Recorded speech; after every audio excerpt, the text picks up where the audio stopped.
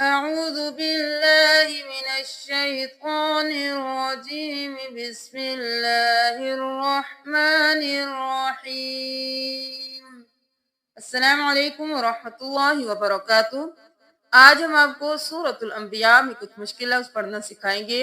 سب سے پہلے سورۃ الانبیاء کی آیت نمبر 37 میں اس لفظ کو دیکھ لیجئے۔ یہاں پر بہت سے لوگ اس واو کو کھینچ کر پڑھ دیتے ہیں، لیکن یہ واو خالی ہے تو ہم اس کو نہیں پڑھیں گے، ہم اس کو بالکل چھوڑ دیں گے۔ ہم پڑھیں گے سین زبر سا، حمزہ پیش او، سعو، سعو نہیں کرنا، سعو، را زیر یا ری، سعوری، سعوری نہیں کرنا، سعوری، کاف پیش میم کم، سعوریکم، سأريكم آياتي فلا تستعجلون۔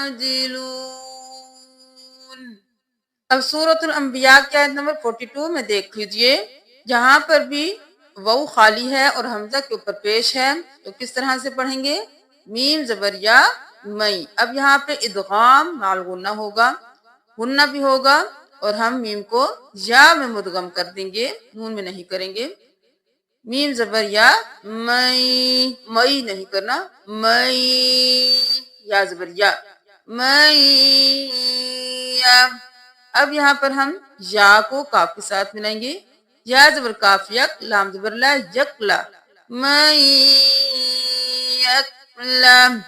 اب یہاں پہ ہم یکلؤکم نہیں کریں گے، یہاں پر واو خالی ہے، حمزہ پیش او، کاف پیش میم کم، اکم، مئی یکلؤکم۔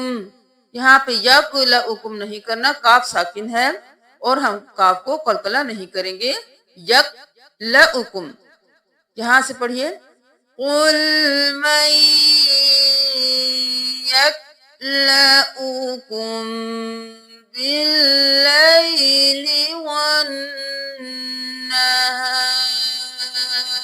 اب یہاں پر سورۃ الانبیاء کی آیت نمبر 41 میں اس لفظ کو دیکھ لیجئے، یہاں پر بھی لوگ کنفیوز ہوتے ہیں، حمزہ اور یا ہے اور یہ حرکت کس کی ہے؟ تو یہاں پر یہ حرکت حمزہ کے اوپر ہے، یا خالی ہے، تو ہم وَلَقَدِ اسْتُهْزِئَ نہیں کریں گے، وَلَقَدِ اسْتُهْزِئَ۔ یہاں پر ہم دال کو سین کے ساتھ ملائیں گے، الف کو نہیں پڑھیں گے، وَلَقَدِ اسْتُهْزِئَ بِرُسُلٍ من قبلک۔ اب سورۃ الانبیاء کی آیت نمبر 88 میں اس لفظ کو دیکھیے، یہاں پر نون پیش اور پھر چھوٹا نون ہے، تو ہم جس طرح سے تمام حروف پڑھتے ہیں اس طرح سے ہم یہ چھوٹا نون بھی پڑھیں گے، جیسے نون پیش نون نون، جیم زیر لام جل، جل نہیں کریں گے، یا بھی خالی ہے، الف بھی خالی ہے، جیم کو لام کے ساتھ ملائیں گے، نون جل۔ اب نون بتایا گیا تھا جب بھی ساکن ہوگا تو ہم اخفا کریں گے، نون جل نہیں کریں گے، نون جل مؤمنین،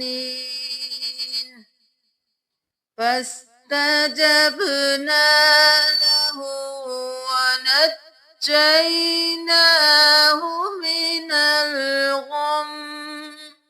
یہاں پر وقف کیا تو غمی کی جگہ ہم نے میم ساکن کر دیا، من الغم، وَكَذَلِكَ نُنجِي الْمُؤْمِنِينَ۔ اب سورۃ الانبیاء کی آیت 104 میں اس ورڈ کو دیکھ لیجئے، یہ بہت سے لوگوں کو پڑھنے میں مشکل محسوس ہوتی ہے، کیونکہ یہاں پر ہر حرف کے اوپر ایک تشدید ہے، تو ہم سب سے پہلے یہاں سے پڑھیں گے اور ساتھ جوڑ کریں گے، یوم نطوی السماء۔ یہاں پر ہم یا کو نہیں پڑھیں گے، الف لام کو نہیں پڑھیں گے، واو کو سین کے ساتھ ملائیں گے، نطوی السماء۔ اب یہاں پر دیکھ لیجئے، کَطَیِّ السِّجِلِّ، یہاں پر ہم کاف زبر کا، خا زبر یا، طوی، کَطَیِّ، یا زیر سین، یس، کَطَیِّ